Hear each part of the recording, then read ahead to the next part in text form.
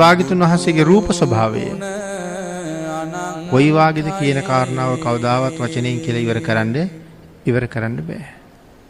අපි අද ඊටාම ලස්සනට අපේ සිත් ඇදගන්න, හිත බැඳෙන්න, නිමෙන, තැම්පත් වෙන, දැක්ක ගමන් වැඳ වැටෙන්න හිතෙන ලස්සන බුදු පිළිම අපි දකින්නවාද? හැබැයි ඒ ප්‍රතිමාව කොයි තරම් ලස්සනද අපිට දැක්ක ගමන් වඳින්න හිතෙනවා. හැබැයි ඒ ප්‍රතිමාවට වඩා ලක්ෂ කෝටි වාරයකින් භාග්‍යතුන් වහන්සේගේ රූපය සුන්දරයි. ඒ නිසා අපිට භාග්‍යතුන් වහන්සේ මෙහෙම දැක්කේ නැති නිසා අපිට හිතා ගන්නවත් බෑ.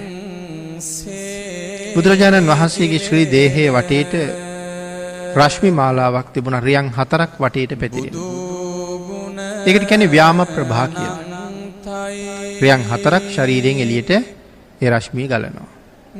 ඒකට තමයි ව්‍යාම ප්‍රභාවය කියලා කියන්නේ.